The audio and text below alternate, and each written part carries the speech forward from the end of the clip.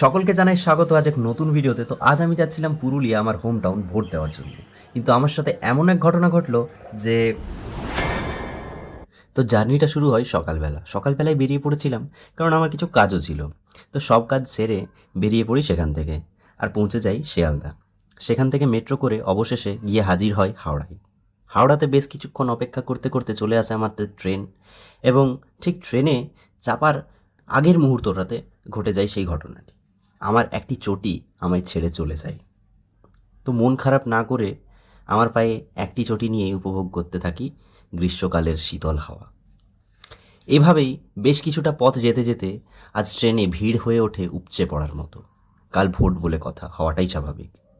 তো এভাবেই খালি পায়ে কাটিয়ে ফেলি আমার 300 কিলোমিটারের জার্নি, এবং দেখতে দেখতে ট্রেনটাও বেশ ফাঁকা হয়ে যায়, কারণ ট্রেনটি তার লাস্ট স্টপেজের দিকে ক্রমবর্ধমান।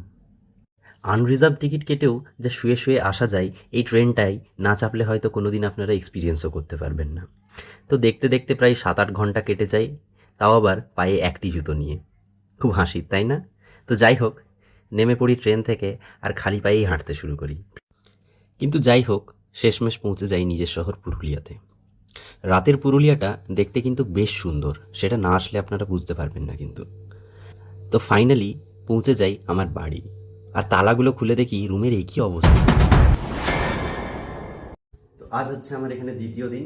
আজ আমার ইতিমধ্যে ভোট দেওয়া হয়ে গেছে, কালকেই 23 তারিখে। তো এখানে অনেক কিছুই হলো, খাওয়া দাওয়া, থাকা, ভোট দেওয়া, অনেক কিছু করলাম, এবং আজ রাতেই আবার কিন্তু ফিরে যাব কলকাতা। তো এই ব্লগটাকে আমি কন্টিনিউ করছি এটার সাথে, কারণ গোটা জিনিসটাকে কমপ্লিট করে রাখাই আই থিঙ্ক বেটার, তাই না? আজ যেহেতু বাড়ি ফেরার পালা, তাই কিছু খাওয়া দাওয়া করে বেরিয়ে পড়ি আমরা বাস স্ট্যান্ডের দিকে, কারণ বাসে করেই ফিরবো কলকাতা। তাই এই যে এটা হচ্ছে আমাদের পুরুলিয়া। তো পুরুলিয়ার কিছু রাস্তাঘাট দেখতে দেখতে চলে যাই আমরা বাস স্ট্যান্ড, এবং বাস স্ট্যান্ডে গিয়ে আমরা দেখতে পাই আমাদের বাস আগের থেকেই দাঁড়িয়ে রয়েছে। তো এই হচ্ছে বাসের কাউন্টার, এখানে বাসের সব ডিটেলস দেওয়া রয়েছে। আর একটু পরেই আমরা বাসে চেপে যাই, অ্যান্ড বাসের মধ্যে আমরা বেশ আনন্দের মধ্যে, বেশ আরামের মধ্যে শুয়ে পড়ি, এবং পরের দিন সকালবেলা কলকাতা পৌঁছে যাই।